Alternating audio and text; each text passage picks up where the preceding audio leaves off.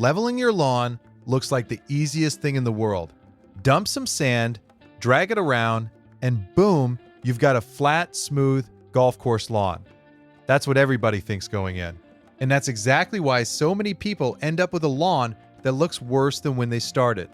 Dead brown patches, ugly gray streaks of sand baked into the grass, bumps that come right back a month later, grass that never grew through at all. I've watched beginners spend a whole weekend and $100 in materials only to make their yard uglier than it was before they touched it. Because here's the thing nobody tells you. Lawn leveling is simple, but it is not forgiving. There are about 10 specific mistakes that turn a smooth, easy weekend project into a disaster.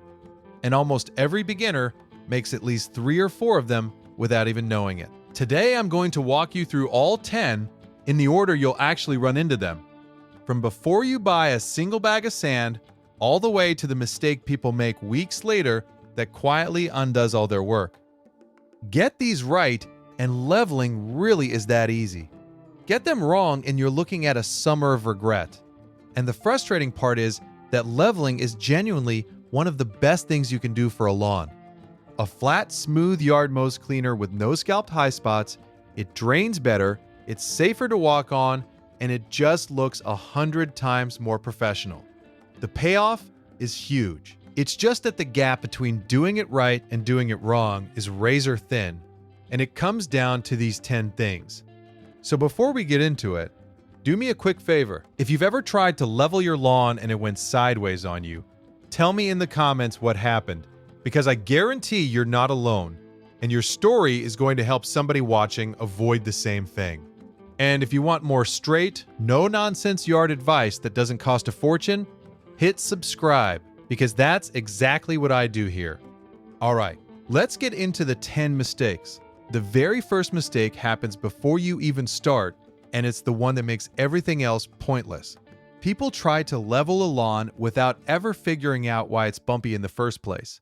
They see dips and lumps, they assume the fix is just filling them in, and they never stop to ask what caused them. And that matters because if your lawn is uneven for a reason that's still active, leveling over the top of it is a complete waste of time. If you've got a low spot that's actually a leaking irrigation pipe, or a soft area sinking because of a decaying tree root, or an old buried stump, or ruts from water draining the wrong way, sand on top fixes nothing. The ground keeps moving and the bumps come right back. So before you buy anything, walk your yard and diagnose it. Is it just years of normal settling and mowing, which is totally normal and easy to fix? Or is something underneath still going wrong? Fix the cause first. Then, level. Because I promise you, nothing is more demoralizing than spending a weekend and $100 getting your lawn perfectly flat, only to watch the same dip reopen a month later. Because the real problem was never touched. Take 20 minutes and play detective before you spend a dime. Push a screwdriver into the soft spots, look for water pooling after rain. Check whether a low area lines up with an irrigation line or an old tree you had removed. 9 times out of 10, it's just harmless settling and you're clear to go. But that 10th time, catching it early saves you the entire project. The second mistake is one of the most common, and it's choosing the wrong material to level with. This is where beginners get lost, because they've watched 10 different videos and every single one says something different. Some guy says pure sand, another says topsoil, another says compost. So they get confused and just grab whatever's cheapest at the store, usually a few bags of play sand or bagged topsoil, and that's a mistake. Here's the simple truth. Pure sand alone can work, but it's risky for beginners because if you use it wrong, it can bake down into a hard concrete-like layer and it adds 0 nutrients to your lawn. Bagged topsoil on its own is inconsistent, often full of chunks, debris, and even weed seeds. The sweet spot for most people is a blend, a mix of sand and screened compost, or sand and screened topsoil, gives you the best of both.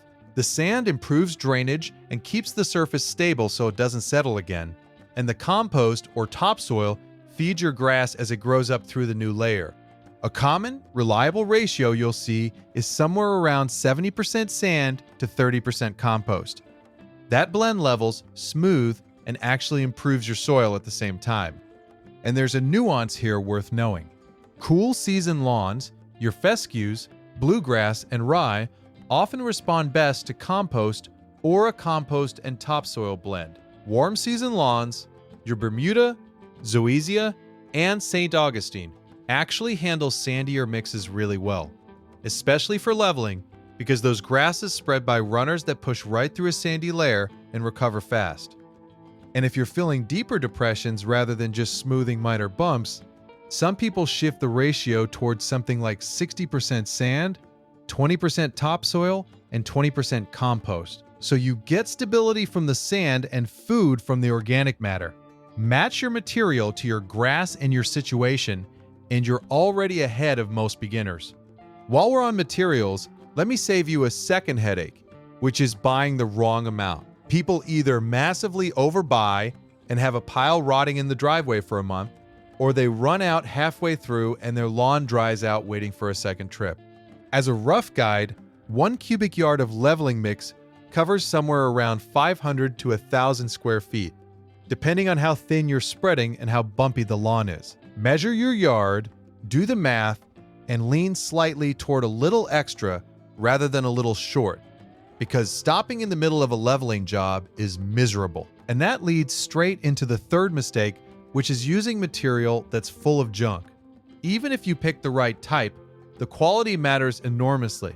If your sand isn't washed and screened, it'll have pebbles and clumps that make a smooth spread impossible. If your compost isn't fully finished, if it's chunky, still hot and steaming, or full of sticks, it will actually smother your grass and it'll spread terribly. So whatever you use, make sure it's screened and fine textured. When you buy in bulk, ask your supplier straight up, is the sand washed and screened? What's the particle size? If it's a blend, what's the ratio? Fine. Clean material spreads like butter and settles into the canopy the way it should. Chunky, dirty material fights you the whole way and hurts your lawn. The fourth mistake is skipping the prep. And this one's huge. Beginners are excited. They've got their pile of sand in the driveway and they just start shoveling it straight onto a tall, thatchy lawn. Big mistake. Before any material touches your grass, you need to prep the canvas. First, mow your lawn short, lower than your normal height, so the material can actually get down into the grass instead of sitting on top of long blades. Then, and this is the step most people skip entirely, deal with your thatch. Thatch is that spongy brown layer of dead grass sitting between the green blades in the soil. If you've got a thick layer of it, more than about half an inch, your leveling mix will just sit on top of that dead spongy mat instead of reaching the actual soil. So dethatch it with a detaching rake or a power detacher and rake up and bag all that debris. Don't leave it on the lawn. A lot of people also aerate at this stage, and while core aeration isn't strictly required for leveling, if you haven't aerated in over a year, it genuinely helps because the top dressing mix falls down into those holes and amends the compacted soil underneath. Skip the prep and you're building your smooth new surface on top of a mess. One more note on that aeration step, because it's easy money. If you do rent a core aerator, run it in 2 directions across the lawn, north to south, and then east to west, and leave those little soil plugs it pulls up right where they fall. They look messy for a few days, but they break down naturally within a couple of weeks and return organic matter to your soil, and your leveling mix works down into the holes they left. It's one of those things that costs you almost nothing extra, but makes the whole job work better. Now, the fifth mistake, and this is the single biggest lawn killer of them all, applying way too much material at once. This is the mistake that turns leveling projects into dead brown disasters, so listen closely. Grass blades need sunlight to survive. It's a living plant, and it makes its food through photosynthesis in those green blades. When you bury the grass under a thick pile of sand or soil, you cut off its sunlight, and it suffocates and dies. Simple as that. The rule that saves your lawn is this: apply a thin layer, a quarter inch or less at a time, and never ever completely cover the grass. The green tips of your grass should always be visible after you finish. If you can't see any green poking through, you've put down too much and you're smothering your lawn. I know it's tempting, especially when you've got a deep dip you want gone in one shot. But resist it. A quarter inch, work it in, let the grass grow, and if it needs more, you come back and do it again. Thin and patient beats thick and dead every single time. Which brings us right to the sixth mistake, and it's the natural partner of the last one: trying to fix deep low spots in a single pass. You've got a dip that's 2 or 3 inches deep, and you want it gone today so you fill the whole thing at once. But like we just said, that buries and kills the grass in that spot. So how do you fix a deep low spot the right way? You've got 2 options. Either you fill it gradually, adding just a quarter inch at a time and letting the grass grow up through each layer before you add the next, which takes a few rounds over several weeks. Or, for a really deep spot, you cut back the turf, fill the hole with soil to raise the grade, and then reseed or resod right over the top. What you don't do is dump 3 inches of sand on living grass and expect it to push through. It won't. It'll just die, and now you've got a bare spot on top of your dip. Real quick, since we're right in the thick of it, if you're finding this useful and you're taking mental notes, do me a favor and hit that like button right now. It genuinely helps this kind of straightforward, no upsell yard advice reach more people who are about to dump 3 inches of sand on their poor grass. All right, back to it, because the next mistake is one people don't even realize they're making until weeks later. The 7th mistake is one of timing, and it wrecks people who otherwise do everything right. Leveling at the wrong time of year. Top dressing and leveling put stress on your lawn.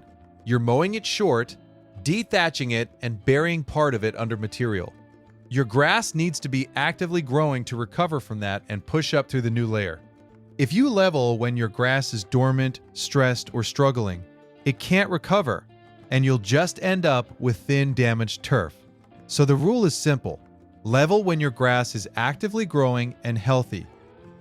For cool season grasses like fescue, bluegrass, and rye, that means spring or early fall when the weather is mild and the grass is thriving. For warm season grasses like Bermuda, Zosia, and St. Augustine, you want late spring through summer after they've fully greened up and are growing hard.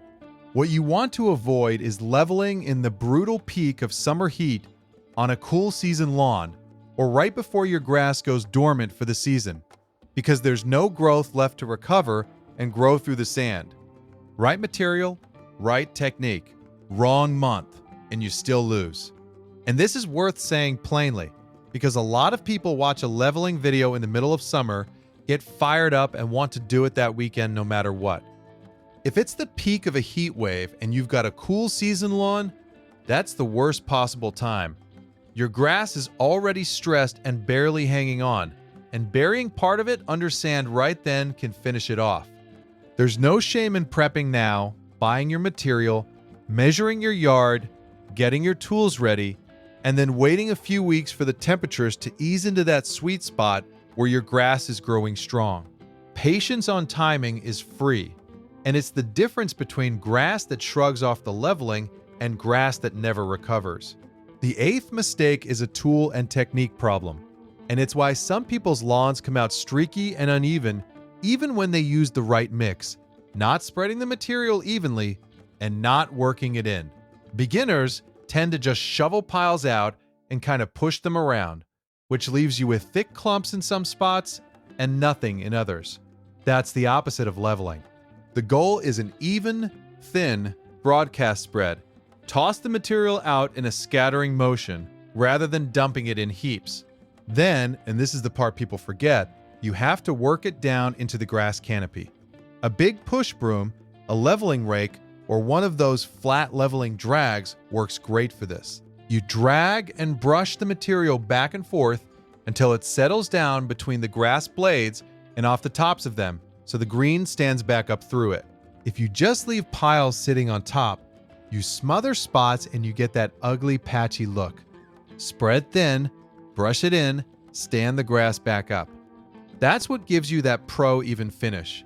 And here's a pro touch most beginners never learn. If you're filling a low spot deep enough that the fill ends up higher than your existing grass, or you're working over a bare patch, don't expect the surrounding grass to just magically creep over it.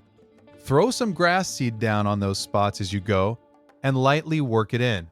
That way, as your leveling settles, new grass grows in right where you need it instead of leaving you with a smooth but bald patch. Leveling and a little spot seeding go hand in hand, and doing them together saves you a second project later. A cheap bag of seeds sprinkled on the low fills is the difference between a smooth green lawn and a smooth patchy one. Now, before we hit the last two, let me say this because it ties everything together. Almost every one of these mistakes comes from the same place: impatience. Wanting it flat now, in one weekend, in one pass. And leveling just doesn't work that way. The people with those flawless, flat lawns didn't do it in a day.